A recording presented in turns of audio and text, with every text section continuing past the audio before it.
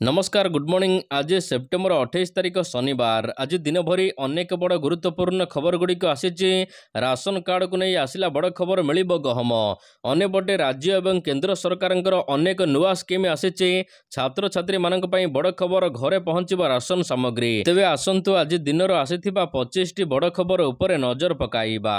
प्रथम खबर, श्रीमंदिर रे अभड़ार मान जांच करा जिवो। पुरी जगन्नाथ मंदिर रे अभड़ार मान परीक्षा करा जिवो। ए नहीं आईन मंत्री पृथ्वीराज हरिचंदन प्रतिक्रिया रखिचंती। मंत्री कहिचंती महाप्रसादर हेबो परीक्षा। रोषशाला को जिनिस जिबा पूर्वरु रोषशालारू अभड़ा बाहरिबा परे मान परीक्षा करा जिवो। स्वास्थ्य विभाग को अनुरोध करुचु श्रीमंदिर रे फूड इन्स्पेक्टर नियोजित करिबा पई अभड़ा रे साधुता रखिबा को फूड इन्स्पेक्टर रहिबे। परवर्ती खबर, आज वर्षा राज्य में कमिची किंतु पुणी आसुची आउ एक लघुचाप। आसंता 6 तारिख में पश्चिम केंद्रीय बंगोपसागर उपरे आउ एक लघुचाप सृष्टि होई पारे। यह घनीभूत हेबा परे अवपातर संभावना रही। यार प्रभाव में राज्य में पुणी वर्षा हेबार संभावना रही। अन्यपटे राज्य में एबे आउ वर्षा हेबो नाही। कां भां किछि स्थान में स्वल्प धरणर वर्षा होई पारे। उत्तर ओडिशा रे स्वल्प वर्षा संभावना रही। राज्य में विभिन्न स्थान में आज वर्षा कमिबो। तेबे 24 घंटा मध्य तालचेर रे सर्वाधिक 155 मिलीमीटर वर्षा रेकर्ड करा जायछि। परवर्ती खबर, पश्चिम ओडिशा रे हेबो चिड़िया घर। पश्चिम ओडिशा रे हेबो चिड़ियाखाना। विश्व पर्यटन दिवस उपलक्षे जयदेव भवन रे आयोजित स्वतंत्र कार्यक्रम रे ए नै घोषणा करिसंती उप मुख्यमंत्री प्रभाती परिडा। पश्चिम ओडिशा रे नुआ चिड़िया घर स्थापन करबाको प्रक्रिया करा जाउछि बोली से कहिसंती। ओडिशार पर्यटनर विकास पई अनेक योजना करिसंती राज्य सरकार। एथिपाई पश्चिम ओडिशार एक चिड़िया घर मध्य स्थापन करा जिवो। परवर्ती खबर, बढ़िला धानर मूल्य, संशोधन हेलानी मिलिंग खर्च। धानर क्रय मूल्य 3100 टंका करबाकू मोहन सरकार घोषणा करिसंती। अन्यपटे दीर्घ वर्ष हेबो सरकारी अवहेलार शिकार हेउथिबा अभियोग करिसंती मिलर संघ। एसोसिएशन पक्षरु असंतोष बढ़ुचे। धान मिलिंग, परिवहन, अन्यान्य आनुषंगिक खर्च बाबदको संशोधन मूल्य वृद्धि करुनाहांती राज्य सरकार। दीर्घ वर्ष धरी दर समान रही। सरकारଙ୍କ उदासीनता को तीव्र समालोचना करिसंती मिलिंग संघ। यह सहित आगामी दिन में असहयोग करने को चेतावनी मध्य देइचंती। परवर्ती खबर, अक्टोबर मासरो मिलिबो गहम। राशन कार्ड हिताधिकारी मानक पई खुशी खबर। अक्टोबर मासरो राशन कार्ड रे हिताधिकारी मानक चाउल सहित मिलिबो गहम। आसंता अक्टोबर मासरो मिलिबो गहम। ए नै जोगाण मंत्री कृष्णचंद्र पात्र सूचना देइचंती। मंत्री कहिचंती केंद्र मंत्री प्रहलाद जोशी सहित से कथा होइचंती। पूर्वरु गहम बंद करा जाइथिला। तेबे आम सरकार आसीबा परे पुणी थरे गहम देबाकू निष्पत्ति नेइचु। हिताधिकारी को 20% गहम मिलिबो बोली मंत्री कहिचंती।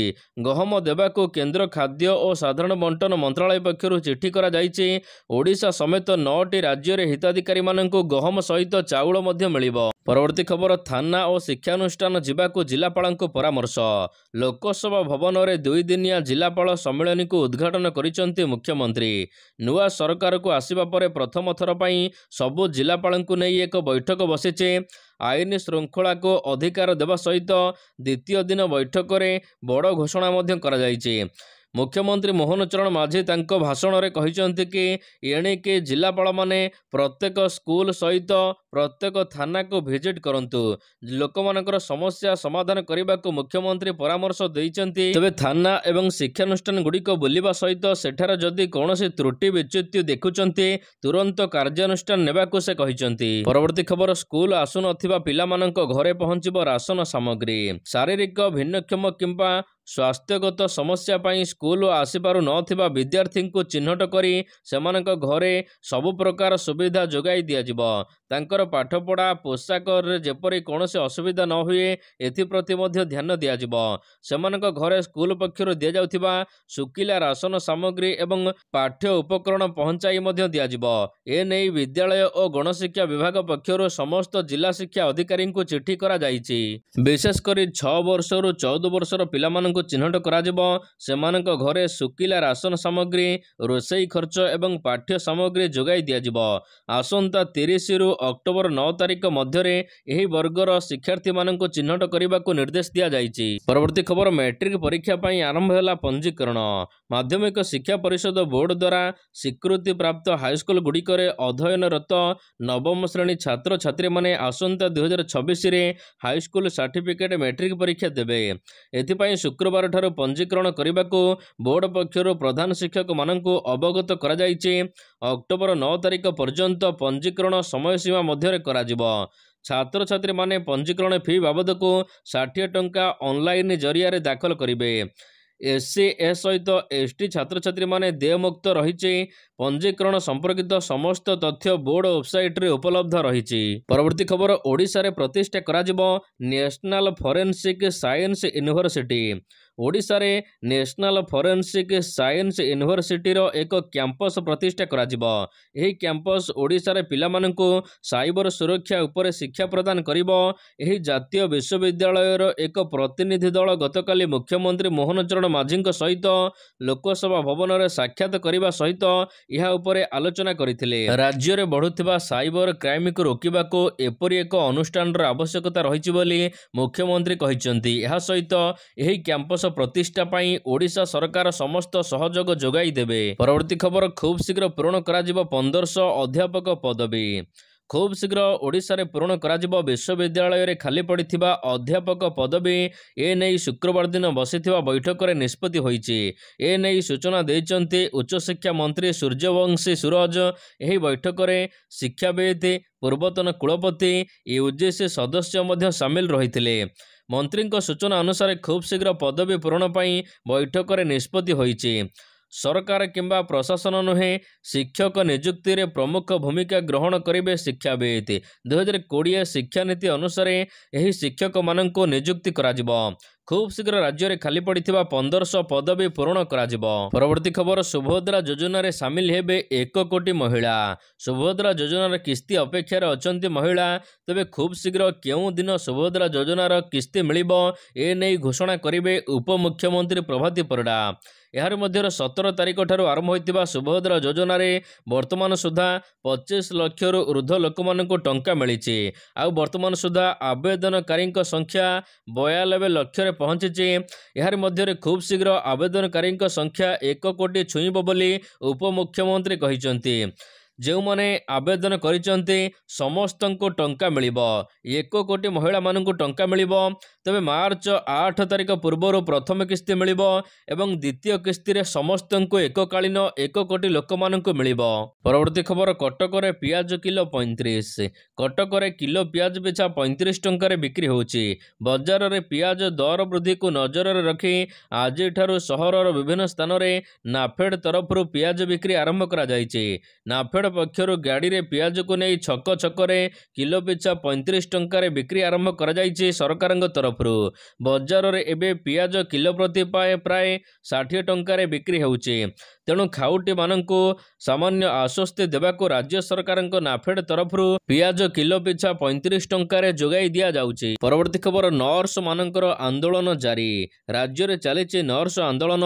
ଜଗତସିଂହପୁର ଜିଲ୍ଲା ମୁଖ୍ୟ ଚିକିତ୍ସାଳୟରେ ନର୍ସ ଆନ୍ଦୋଳନ ଯୋଗୁଁ ରୋଗୀ ସେବା ପ୍ରଭାବିତ ହୋଇଛି। ନର୍ସମାନେ ସମ୍ପୂର୍ଣ୍ଣ କାର୍ଯ୍ୟ ବନ୍ଦ କରିବା ସହିତ ଏବେ ସିରିଞ୍ଜ ଛାଡ଼ ଆନ୍ଦୋଳନ କରୁଛନ୍ତି। 2013 ମସିହା ପୂର୍ବରୁ ନିଯୁକ୍ତି ପାଇଥିବା ନର୍ସିଂ ଅଫିସର ମାନଙ୍କର 6 ବର୍ଷର ଚୁକ୍ତିଭିତ୍ତିକ ଅବଧିକୁ ମୂଳ ଚାକିରିରେ ମିଶାଇବାକୁ, ପଦୋନ୍ନତି ସହିତ ସମସ୍ତ ସୁବିଧା ପ୍ରଦାନ କରିବାକୁ, ବରିଷ୍ଠତା ଭିତ୍ତିରେ ପଦୋନ୍ନତି ଦେବା ଏବଂ ଆଉଟ୍ ସୋର୍ସିଂ ନିଯୁକ୍ତି ବନ୍ଦ କରିବା, ନର୍ସିଂ ଅଫିସର ମାନଙ୍କ ଡ୍ରେସ୍ କୋଡ୍ ପରିବର୍ତ୍ତନ କରିବା ଆଦି 10 ଦଫା ନେଇ ଆନ୍ଦୋଳନ କରୁଛନ୍ତି ନର୍ସିଂ କର୍ମଚାରୀ। ଗତ 2 ଦିନ ହେବ ଜରୁରୀ ସେବା ରାଜ୍ୟରେ ଠପ୍ ହୋଇ ପଡ଼ିଛି। ମାତ୍ର ଆନ୍ଦୋଳନ କରୁଛନ୍ତି ଏବେ ନର୍ସମାନେ। ତେବେ ରାଜ୍ୟ ସରକାର ଏଥିପ୍ରତି କୌଣସି ନିଘା ଦେଉନାହାନ୍ତି ଏବଂ ରୋଗୀ ସେବା ପାଇଁ ଇମର୍ଜେନ୍ସି ମିଟିଂ ମଧ୍ୟ ଡାକି ନାହାନ୍ତି। ପରବର୍ତ୍ତୀ ଖବର, ଧାନ ସଂଗ୍ରହକୁ ସରଳ କରାଯିବ କହିଲେ ଉପମୁଖ୍ୟମନ୍ତ୍ରୀ। ଲୋକସଭା ଭବନରେ କନଭେନସନ ହଲରେ ଆୟୋଜିତ ଜିଲ୍ଲାପାଳ ସମ୍ମିଳନୀରେ ଯୋଗଦେଇ ମାନ୍ୟବର ଉପମୁଖ୍ୟମନ୍ତ୍ରୀ କନକ ବର୍ଦ୍ଧନ ସିଂହଦେଓ ଧାନ ଧାନ ସଂଗ୍ରହ କାର୍ଯ୍ୟକୁ ସରଳ ଏବଂ ତ୍ୱରିତ କରିବାକୁ ପରାମର୍ଶ ଦେଇଛନ୍ତି। ଏହି ପରିପ୍ରେକ୍ଷୀରେ ସେ କହିଛନ୍ତି ଯେ ଯେଉଁ ଜିଲ୍ଲାର ମଣ୍ଡିଗୁଡ଼ିକରେ କୌଣସି କାରଣବଶତଃ ଧାନ ସଂଗ୍ରହ ହୋଇପାରୁନି, ଏହି କ୍ଷେତ୍ରରେ ନିକଟତମ ଜିଲ୍ଲାର ମଣ୍ଡିରେ ଚାଷୀମାନେ ନିଜର ଧାନକୁ ବିକ୍ରି କରିପାରିବେ। ସଂଗୃହୀତ ଧାନର ଅନଲାଇନ୍ ପଞ୍ଜୀକରଣ ହେବା ଆବଶ୍ୟକ। ଧାନକୁ ନେଇ ଯାଉଥିବା ଗାଡ଼ିଗୁଡ଼ିକର GPS ଟ୍ରାକିଂ ମଧ୍ୟ କରାଯିବ। ସେହିପରି ଏଥିରେ କୌଣସି ଟ୍ୟାମ୍ପରିଂ ନ ହେବ, ଏନେଇ ମିଲରମାନଙ୍କ ତରଫରୁ ଚାଷୀଙ୍କୁ ଝୋଟ ବସ୍ତା ଏବଂ ସୁତୁଲି ଯୋଗାଇ ଦିଆଯିବ। ଗଚ୍ଛିତ ଫସଲର ସୁରକ୍ଷା ପାଇଁ 58ଟି ଶୀତଳ ଭଣ୍ଡାର ରାଜ୍ୟରେ ଖୁବ୍ ଶୀଘ୍ର କରାଯିବ। ରାଜ୍ୟର ଚାଷୀମାନେ କେବଳ ଗୋଟିଏ ଫସଲ ଉପରେ ଆଉ ନିର୍ଭର ହେବେ ନାହିଁ ବୋଲି ଉପମୁଖ୍ୟମନ୍ତ୍ରୀ କହିଛନ୍ତି। ପରବର୍ତ୍ତୀ ଖବର ଆରମ୍ଭ ହେଲା ବୟସ୍କମାନଙ୍କୁ ଟିକାକରଣ ଅଭିଯାନ। 2025 ସୁଦ୍ଧା ଭାରତକୁ ଯକ୍ଷ୍ମା ମୁକ୍ତ କରିବାକୁ ଶୁକ୍ରବାରଠାରୁ ବୟସ୍କ ବ୍ୟକ୍ତିମାନଙ୍କୁ BCG ଟିକା ଶୁଭାରମ୍ଭ ହୋଇଛି। କନ୍ଧମାଳ ସାଂସଦ ସୁକାନ୍ତ ପାଣିଗ୍ରାହୀ, ଫୁଲବାଣୀ ବିଧାୟକ ଉମାଚରଣ ମଲ୍ଲିକ ଏହି କାର୍ଯ୍ୟକ୍ରମରେ ଉପସ୍ଥିତ ରହିବା ସହିତ ରାଜ୍ୟର 15ଟି ଜିଲ୍ଲାରେ ଏହି କାର୍ଯ୍ୟକ୍ରମକୁ କରାଯାଉଥିବା ବେଳେ କନ୍ଧମାଳ ଜିଲ୍ଲାରେ ସମୁଦାୟ 1,36,000 ବୟସ୍କ ଲୋକମାନଙ୍କୁ ଟିକା ଦେବାର ବ୍ୟବସ୍ଥା କରାଯାଇଛି। ଫୁଲବାଣୀ ସହରର 7,804ଟି ଯୋଗ୍ୟ ହିତାଧିକାରୀମାନଙ୍କୁ ସହରାଞ୍ଚଳ ପ୍ରାଥମିକ ସ୍ୱାସ୍ଥ୍ୟ ଟିକାକରଣ କରାଯିବ। ଆଶା କର୍ମୀଙ୍କ ଦ୍ୱାରା ଘର ଘରକୁ ଯାଇ ସର୍ବେକ୍ଷଣ ଏବଂ ହିତାଧିକାରୀମାନଙ୍କୁ ଚିହ୍ନଟ କରାଯିବ। ପରବର୍ତ୍ତୀ ଖବର ଅରୁଣ ଷଡ଼ଙ୍ଗୀ ହେଲେ OPSC ଚେୟାରମ୍ୟାନ୍। ବରିଷ୍ଠ IPS ଅଫିସର ଅରୁଣ ଷଡ଼ଙ୍ଗୀ ହେଲେ OPSCର ନୂଆ ଚେୟାରମ୍ୟାନ୍। 6 ବର୍ଷ କିମ୍ବା ତାଙ୍କୁ 62 ବର୍ଷ ବୟସ ହେବା ପର୍ଯ୍ୟନ୍ତ ମିଳିଲା ନିଯୁକ୍ତି। ରାଜ୍ୟ ସରକାର ଅରୁଣ ଷଡ଼ଙ୍ଗୀଙ୍କୁ ଏହି ପଦରେ ନିଯୁକ୍ତି କରାଇଛନ୍ତି। ତେବେ ବର୍ତ୍ତମାନ ବିଜୁ ପଟ୍ଟନାୟକ ପୋଲିସ ଏକାଡେମୀ ନିର୍ଦ୍ଦେଶକ ଅଛନ୍ତି ଅରୁଣ ଷଡ଼ଙ୍ଗୀ। ଏହା ପୂର୍ବରୁ ଅରୁଣ ଇନଚାର୍ଜ ପୋଲିସ DG ମଧ୍ୟ ଥିଲେ। ବର୍ତ୍ତମାନ ଅରୁଣ ଷଡ଼ଙ୍ଗୀ OPSCର ନୂଆ ଚେୟାରମ୍ୟାନ୍ ଦାୟିତ୍ୱ ନେଇଛନ୍ତି। ପରବର୍ତ୍ତୀ ଖବର ବିଜେପିର ଅପାରଗତା ପାଇଁ ପୁଞ୍ଜି ଫେରି ଯାଉଛି, କହିଲେ ନବୀନ ପଟ୍ଟନାୟକ। ଦରଦାମ ବୃଦ୍ଧିଠାରୁ ଆରମ୍ଭ କରି ନାରୀ ସୁରକ୍ଷା, ପୁଞ୍ଜି ବିନିଯୋଗ ଆଦି କ୍ଷେତ୍ର ଉପରେ ଓଡ଼ିଶାର ବିଜେପି ବିଫଳ ହୋଇଛି। ଏ ସରକାର 100 ଦିନ ପୂର୍ତ୍ତି କରିଛି, କିନ୍ତୁ ସରକାର ବିଫଳତା ଆଜି ସବୁଆଡ଼େ ନିରାଶ ସୃଷ୍ଟି କରିଛି ବୋଲି କହିଛନ୍ତି ପୂର୍ବତନ ମୁଖ୍ୟମନ୍ତ୍ରୀ ନବୀନ ପଟ୍ଟନାୟକ। ନିତ୍ୟ ବ୍ୟବହାର୍ଯ୍ୟ ପଦାର୍ଥର ଅହୈତୁକ ଦରଦାମ ବୃଦ୍ଧି ଲୋକମାନଙ୍କୁ ଏବେ ଭାରି ବାଧୁଛି।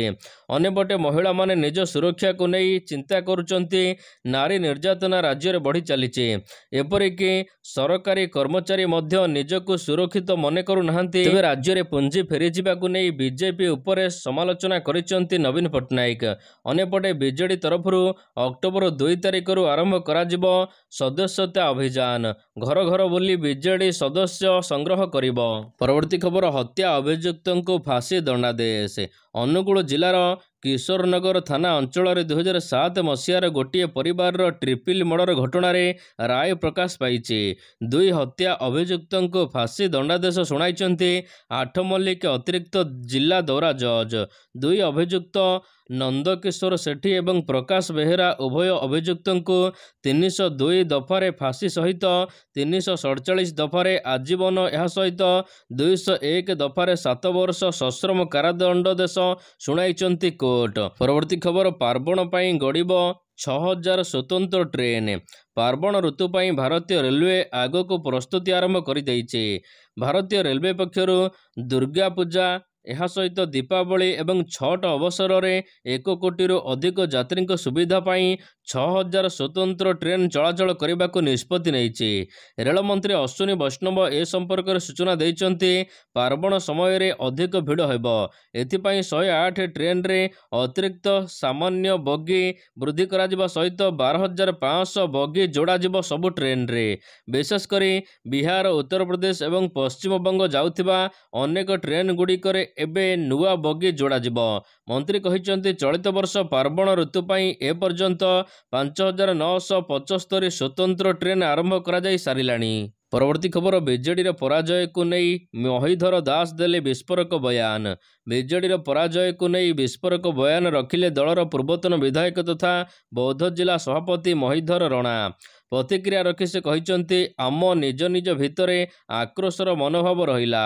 ନିର୍ବାଚନ ବେଳେ ପଞ୍ଚାୟତି ସଭାପତି, ଏହା ସହିତ ବ୍ଲକ ସଭାପତିମାନଙ୍କୁ କୌଣସି ଆନୁଷଙ୍ଗିକ ଦାୟିତ୍ୱ ଦିଆଗଲା ନାହିଁ କି ଗୁରୁ ଦାୟିତ୍ୱ ମିଳିଲା ନାହିଁ। ସେଇଥିପାଇଁ ଦଳର ପରାଜୟ ହେଲା। ବିଜେପି ଯେଉଁଭଳି ଭାବରେ ଇସ୍ତାହାର ଆଣିଲା, ସୁଭଦ୍ରା ଟଙ୍କା, ଚାଷୀମାନଙ୍କୁ ଧାନ କିଣା 3100 ଟଙ୍କା ବଢ଼ାଇଲା, ଭତ୍ତା ବଢ଼ାଇବାକୁ ବିଜେପି ଘୋଷଣା କଲା, କିନ୍ତୁ ବିଜେଡି ତରଫରୁ କୌଣସି ଆଖି ଦୃଷ୍ଟିଆ ଇସ୍ତାହାର ଘୋଷଣା ହେଲା ନାହିଁ। ଏଥିପାଇଁ ଆମେ ହାରିବାର ଏହା ହେଉଛି ବଡ଼ କାରଣ। ପରବର୍ତ୍ତୀ ଖବର, ଖୋଲିଲା ହୀରାକୁଦର ଆଉ 2 ଗେଟ୍। ଉପର ମୁଣ୍ଡରେ ଲଗାଣ ବର୍ଷା ଯୋଗୁଁ ବଢ଼ୁଛି ହୀରାକୁଦ ଜଳଭଣ୍ଡାର ଜଳସ୍ତର। ଏହା ଫଳରେ ହୀରାକୁଦ ଜଳଭଣ୍ଡାରରେ ଗେଟ୍ ପରେ ଗେଟ୍ ଖୋଲୁଛି। ହୀରାକୁଦ ଜଳଭଣ୍ଡାରରେ ଆଉ 3ଟି ଗେଟ୍ ଏବେ ଖୋଲାଯାଇଛି। ଏବେ ଜଳଭଣ୍ଡାରରେ ମୋଟ ଉପରେ 9ଟି ଗେଟ୍ ଖୋଲାଯାଇ ଜଳ ନିଷ୍କାସନ ଜାରି ରହିଛି। ପରବର୍ତ୍ତୀ ଖବର, ଅକ୍ଟୋବର 1ରୁ ଇନକମ୍ ଟ୍ୟାକ୍ସରେ ହେବ ବଡ଼ ପରିବର୍ତ୍ତନ। ଅକ୍ଟୋବର 1 ତାରିଖରୁ ଆୟକର ସହିତ ଜଡ଼ିତ କିଛି ନିୟମରେ ପରିବର୍ତ୍ତନ ହେବାକୁ ଯାଉଛି। ଏହି ନିୟମଗୁଡ଼ିକ ଚଳିତ ବର୍ଷ ଜୁଲାଇରେ ଉପସ୍ଥାପିତ ବଜେଟରେ ଉଲ୍ଲେଖ କରାଯାଇଥିଲା। ଯେଉଁ ପରିବର୍ତ୍ତନ ଗୁଡ଼ିକ ଘଟିବ ଏଥିରେ ସାମିଲ ଅଛି ଆଧାର କାର୍ଡ, ଏସଟିଟି, ଟିଡିଏସ୍ ରେଟ୍ ଇତ୍ୟାଦି। ତେବେ ଜଣେ ନିୟମିତ ଆୟକର ପ୍ରଦାନକାରୀ ବ୍ୟକ୍ତି ହୁଅନ୍ତୁ କିମ୍ବା ପ୍ରଥମ ଥର ପାଇଁ ଇନକମ୍ ଟ୍ୟାକ୍ସ ଭରୁଥିବା ବ୍ୟକ୍ତି ହୁଅନ୍ତୁ, ଏହି ସବୁ ପରିବର୍ତ୍ତିତ ନିୟମ ବିଷୟରେ ସମସ୍ତେ ଜାଣିବା ନିହାତି ଆବଶ୍ୟକ ରହିଛି। ଖବର, ଅକ୍ଟୋବର 1ରୁ ହେବ ମହଙ୍ଗା ମାଡ଼। ସରି ସରି ଆସୁଛି ସେପ୍ଟେମ୍ବର ମାସ। ଅକ୍ଟୋବର 2024ରୁ ନୂଆ ନିୟମ ଲାଗୁ ହେବାକୁ ଯାଉଛି ପୁରା ଦେଶରେ। ଅକ୍ଟୋବର 1ରୁ ଦେଶରେ ଅନେକ ବଡ଼ ପରିବର୍ତ୍ତନ ଦେଖିବାକୁ ମିଳିବ, ଯାହା ଆପଣଙ୍କର ରୋଷେଇ ଘରଠାରୁ ଆରମ୍ଭ କରି ଆପଣଙ୍କ ପକେଟ ଉପରେ ସିଧାସଳଖ ପ୍ରଭାବ ପକାଇବ। ଅକ୍ଟୋବର ପ୍ରଥମ ଦିନରେ ଏଲପିଜି ଦର ପରିବର୍ତ୍ତନ ହୋଇପାରେ। ପ୍ରତ୍ୟେକ ମାସରେ ଦର ପରିବର୍ତ୍ତନ ହେଉଛି, ତେଣୁ ଅକ୍ଟୋବର 1ରେ ମଧ୍ୟ ନୂଆ ଦର ଆସିପାରେ। ପରବର୍ତ୍ତୀ ଖବର, କମିବ ପେଟ୍ରୋଲ ଓ ଡିଜେଲ ଦର। ପେଟ୍ରୋଲ ଓ ଡିଜେଲ ଦର ହେବ ପରିବର୍ତ୍ତନ, ଗ୍ରାହକଙ୍କୁ ମିଳିବ ଆଶ୍ୱସ୍ତି। କମିବ ପେଟ୍ରୋଲ ଓ ଡିଜେଲ ଦର। ଅନ୍ତର୍ଜାତୀୟ ବଜାରରେ ଅଶୋଧିତ ତୈଳ ଦର କିଛି ସପ୍ତାହ ହେଲା କମିଛି। ବର୍ତ୍ତମାନ ଏହା ବ୍ୟାରେଲ ପିଛା $74କୁ ଖସି ଆସିଛି। ଏହାଦ୍ୱାରା ତୈଳ କମ୍ପାନୀଗୁଡ଼ିକ ଭଲ ଲାଭ କରୁଛନ୍ତି। ଫଳରେ କମ୍ପାନୀଗୁଡ଼ିକ ଗ୍ରାହକଙ୍କୁ ମଧ୍ୟ ଏହାର ଲାଭ ଦେଇପାରନ୍ତି। ଏହାଦ୍ୱାରା ପେଟ୍ରୋଲ ଓ ଡିଜେଲ ଦର ଲିଟର ପିଛା 2ରୁ 3 ଟଙ୍କା କମିପାରେ। ଖୁବ୍ ଶୀଘ୍ର ଏ ନେଇ ଏକ ନିଷ୍ପତ୍ତି ମଧ୍ୟ ହୋଇପାରେ। ଏହା ସହିତ ସିଏନ୍ଜି ଏବଂ ପିଏନ୍ଜି ମୂଲ୍ୟ ମଧ୍ୟ ବୃଦ୍ଧି ପାଇବ। ଅନ୍ୟପଟେ ଏଚ୍ଡିଏଫ୍ସି ବ୍ୟାଙ୍କର କ୍ରେଡିଟ୍ କାର୍ଡ ବାବଦରେ ନୂଆ ନିୟମ ଆସିଛି, ଯାହା 1 ଅକ୍ଟୋବର ପାଖରୁ ଲାଗୁ କରାଯିବ। ସୁକନ୍ୟା ସମୃଦ୍ଧି ଯୋଜନାରେ ମଧ୍ୟ ବଡ଼ ପରିବର୍ତ୍ତନ ହେବାକୁ ଯାଉଛି। ସୁକନ୍ୟା ସମୃଦ୍ଧି ଯୋଜନାରେ କୌଣସି ଝିଅର ଏସ୍ଏସ୍ୱାଇ ଆକାଉଣ୍ଟ ତାଙ୍କର ଆଇନଗତ ଅଭିଭାବକ ନୁହେଁ। ଏଥିପାଇଁ ଝିଅମାନଙ୍କୁ ତାଙ୍କର ଆକାଉଣ୍ଟକୁ ପ୍ରାକୃତିକ ପିତାମାତା କିମ୍ବା ଆଇନଗତ ଅଭିଭାବକମାନଙ୍କୁ ହସ୍ତାନ୍ତର କରିବାକୁ ପଡ଼ିବ। ଏପରି ନ କରିବା କ୍ଷେତ୍ରରେ ଏହି ଆକାଉଣ୍ଟ ବନ୍ଦ ହୋଇପାରେ। ପରବର୍ତ୍ତୀ ଖବର, ଇତିହାସ ରଚିଲେ ରବିଚନ୍ଦ୍ରନ ଅଶ୍ୱିନୀ। ଭାରତ ବାଂଲାଦେଶ ମଧ୍ୟରେ ଦ୍ୱିତୀୟ ଟେଷ୍ଟର ପ୍ରଥମ ଦିନରେ ଇତିହାସ ରଚିଛନ୍ତି ଭାରତର ଷ୍ଟାର ସ୍ପିନର ରବିଚନ୍ଦ୍ରନ ଅଶ୍ୱିନୀ। ଅଶ୍ୱିନୀ ବାଂଲାଦେଶ ବିପକ୍ଷ ଦ୍ୱିତୀୟ ଟେଷ୍ଟର ପ୍ରଥମ ଦିନରେ ଗୋଟିଏ ୱିକେଟ ନେଇ ଏସିଆ ମହାଦେଶରେ ସର୍ବାଧିକ ୱିକେଟ ଦାଖଲ କରିଥିବା ଭାରତୀୟ ବୋଲର ହୋଇଛନ୍ତି। ଗ୍ରୀନ୍ ପାର୍କରେ ଅନୁଷ୍ଠିତ ମ୍ୟାଚର ପ୍ରଥମ ଦିନରେ ବର୍ଷା ସହିତ ଖେଳ ବ୍ୟାଘାତ ହୋଇଥିଲା। ପରବର୍ତ୍ତୀ ଖବର, ଆଇପିଏଲ୍ 2025କୁ ନେଇ ବଡ଼ ଘୋଷଣା। ଆଇପିଏଲ୍ 2025 ପୂର୍ବରୁ ହେବ ମେଗା ନିଲାମି। ବିସିସିଆଇ ଖୁବ୍ ଶୀଘ୍ର ଏ ନେଇ ଏକ ପଲିସି ଘୋଷଣା ମଧ୍ୟ କରିବ। ଏହା ପୂର୍ବରୁ ମ୍ୟାଚ୍ ସଂଖ୍ୟା ଉପରେ ଆସିଛି ବଡ଼ ଅପଡେଟ୍। ବିସିସିଆଇର ନିଷ୍ପତ୍ତି ଅନୁସାରେ ଚଳିତ ବର୍ଷ 84ଟି ମ୍ୟାଚ୍ ଖେଳାଯିବାକୁ ଥିଲା, କିନ୍ତୁ ଆଇପିଏଲ୍ 2025ରେ 10ଟି ମ୍ୟାଚ୍ କମ୍ ଖେଳାଯିବ। ଆଇପିଏଲ୍ 2025ରେ ମୋଟ 74ଟି ମ୍ୟାଚ୍ ଖେଳାଯିବ, ଯାହା ଗତ 3ଟି ସିଜିନ୍ ସହିତ ସମାନ।